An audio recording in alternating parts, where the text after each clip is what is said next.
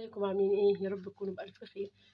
النهارده هنعمل مع بعض شوربة العدس المصري البيتي الحلو بتاعنا. هنعملها بطريقة سهلة وبسيطة جدا، ما فيهاش أي افتكاسة ولا أي حاجة. طريقة حلوة، شوربة العدس يا بلد المصري البيتي اللي كانت جدتي وجدتك ومامتي ومامتك بتعملها. حاجة حلوة أوي، حاجة نظيفة وحاجة من بيتك وسهلة وبسيطة.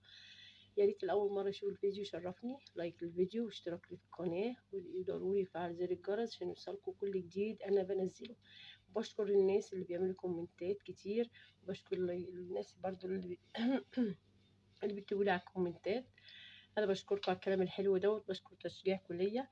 ربنا يخليكم ليا ويديمكم في حياتي نعمه. ويلا نسمي الله على بركه الله وهنبدا العدس بتاعنا الاصفر البيتي، شوربه العدس يا بنات الحلوه. احنا محتاجينها عشان كمان الشتاء والجو دلوقتي بيبقى ساقع، فاحنا محتاجين اي حاجه. كمان شوربه العدس فيها فيتامينات حلوه جدا وموفره معانا، وحاجه اقتصاديه وحاجه جميله وحاجه من بيتك. يلا نسمي الله وعلى بركه الله ونبدا الفيديو بتاعنا. انا معايا زي ما انتم شايفين كده، ده نص كيلو عدس اصفر. العدس حسب الكميه اللي انت عايزاها، حابه تعملي ربع حابه تعملي كوبايه، مفيش اي مشاكل. تمام. حاطه عليها بصوا 3 جزرات كبار، بصلايه.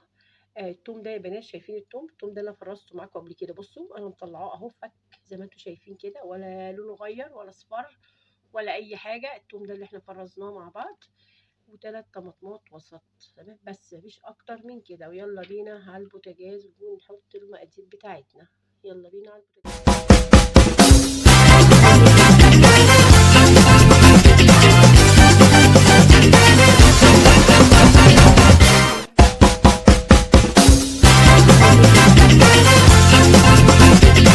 معايا البوتاجاز حله تغلي زي ما انتم شايفين كده، ميه مفيش اي حاجه.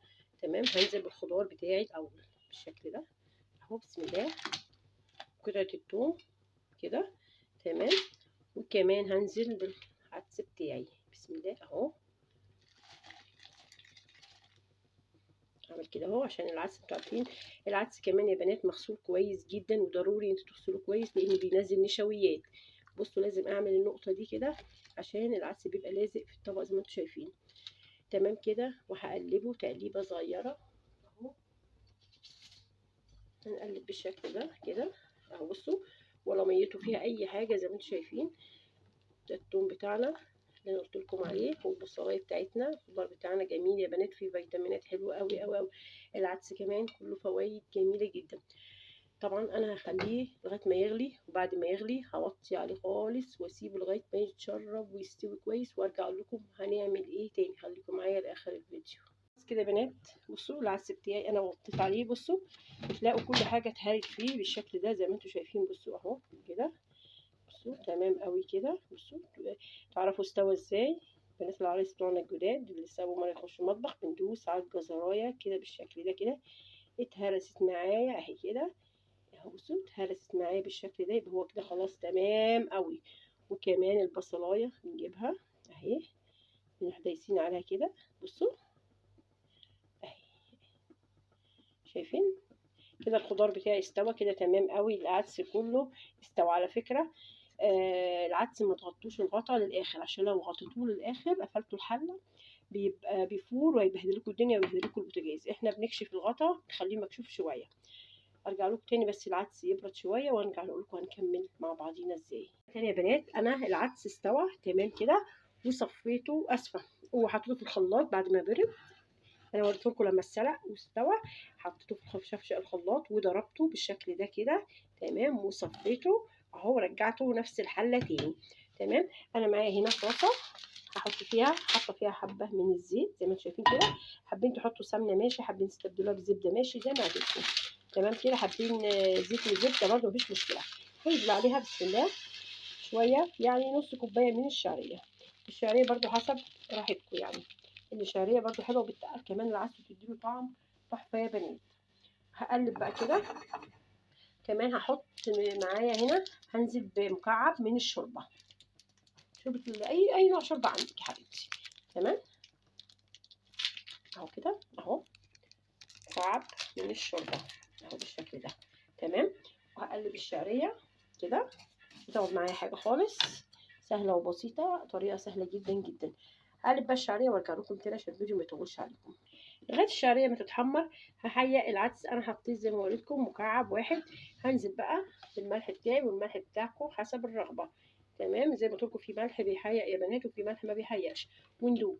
تمام. وهنزل بشويه من الفلفل الاسود، مش كتير برضو، يعني ربع معلقه صغيره، وبرده ربع معلقه صغيره من الكمون. تمام. واحط شويه من البابريكا، لو حابين تحطوا شطه تمام، مش حابين خلاص. احط شويه من البابريكا عشان انا ما بحبش الشطه. تمام. وهقلب كل ده مع بعض كده زي ما انتم شايفين. هو العدس قرب يغلي. تمام. عشان يغلي كله مع الحياء، يبقى واخد حياء كله مع بعضه قبل ما احط الشعريه وقبل ما احط اي حاجه. اهو زي ما انتم شايفين كده قلبته كام تقليبه حلوه.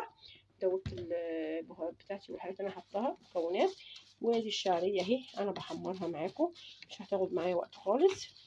كمل تحميرها وارجع لكم تاني عشان برضو الفيديو ما يطولش عليكم. وكده انا حمرت الشعريه باللون الذهبي اللي انتم شايفينه ده. بس هو الفلاش مفتح الشعريه، بس هي لونها كده حلو قوي قوي قوي. ويلا نسمي الله وننزل بالشعريه بتاعتنا على العدس. بسم الله. اهو العدس كمان غلى كده، ياخد غلوه واحده بس مع الشعريه.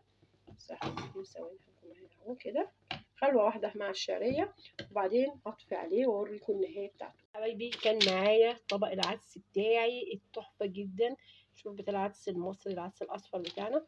وده معاه طبق جرجير او بصل اخضر او مخلل او سلطه زي ما انتم حابين. انا بحب صراحه معاه الجرجير، بحب الجرجير جدا، انا عشاق الجرجير جدا. وده حابين بقى شطه، انا حاطه عليه بابريكا عشان ما باكلش الشطه، وليمون اهو.